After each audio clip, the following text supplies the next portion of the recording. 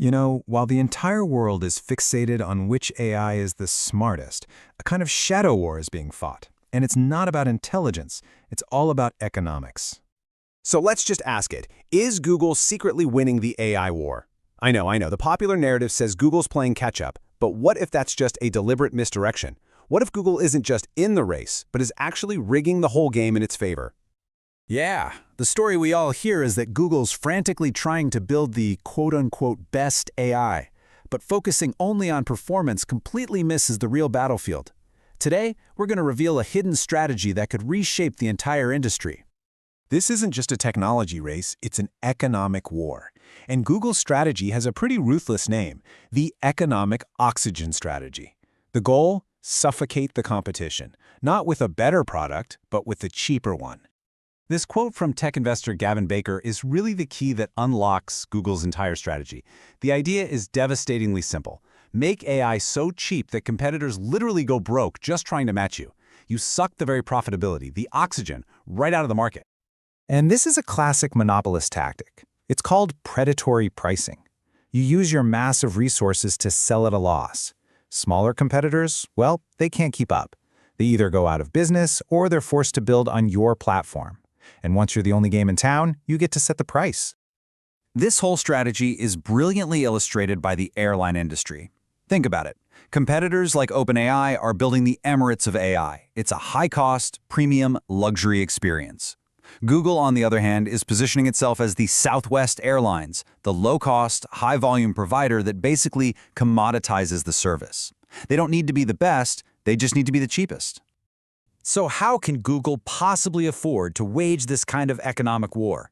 Let's take a look at the secret weapon that's powering their entire strategy.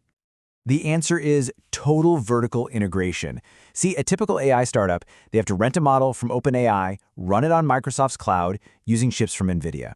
Every single company in that chain takes a cut. But Google, they own the entire production line, from their custom chips all the way to the AI models themselves. They've cut out every single middleman. And the crucial showdown is right at the silicon level. Competitors have to buy their chips from Nvidia, and they pay this hefty 70% markup, known in the industry as the Nvidia tax. Google, by designing its own tensor processing units, or TPUs, only pays the manufacturing cost. That gives them a massive 30 to 50% cost advantage before they even flip a single switch. And when you look at efficiency, how much bang they get for their buck, the advantage is just staggering. This bar chart shows that for every dollar spent, Google's custom TPUs deliver 2 to 4 times more AI performance than the Nvidia GPUs their rivals are forced to use. That is a monumental difference in the economics of running AI at scale.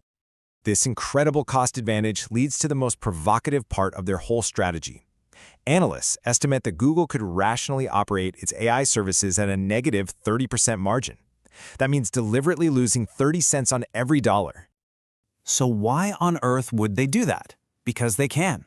Google's search advertising business is a cash machine. They can use those profits to subsidize the AI price war, bleeding competitors dry. See, the goal isn't immediate profit, it's long-term dominance. You endure the pain now to become the indispensable AI platform of tomorrow. This kind of economic warfare creates a really clear divide on the battlefield. There are going to be casualties, for sure, but there will also be massive opportunities. Let's break down who gets suffocated and who gets to thrive in this new environment. So if you look at this table, the threatened category is pretty clear. These wrapper startups, the ones who just resell access to models like GPT-4, they have no pricing power. They're going to be crushed. But the enabled group, that's where you see the big winners. Companies building agentic tools, software that uses AI to perform complex tasks like automated research or coding, they are set to thrive. With compute costs plummeting, their profit margins could absolutely explode. But this economic war is far from over. This is a high-stakes chess match, and Google's opponents aren't just going to stand by and watch. So what happens when the competition fires back? Well, the biggest countermove is expected to come from Nvidia. Google's cost advantage is based on today's technology, but Nvidia's next-generation Blackwell chips are promising a massive leap in efficiency. It's entirely possible that by 2026, these new GPUs could completely erase Google's cost advantage, and the game could be flipped on its head once again. And that just highlights the incredible stakes here.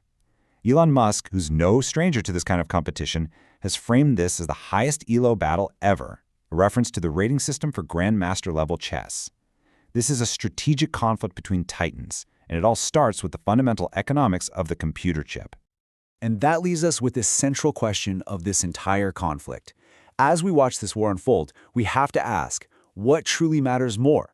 Building the absolute smartest, most capable AI model, or is the ultimate weapon simply being the one who can afford to give it away for the cheapest price? The answer is going to define the next decade of technology.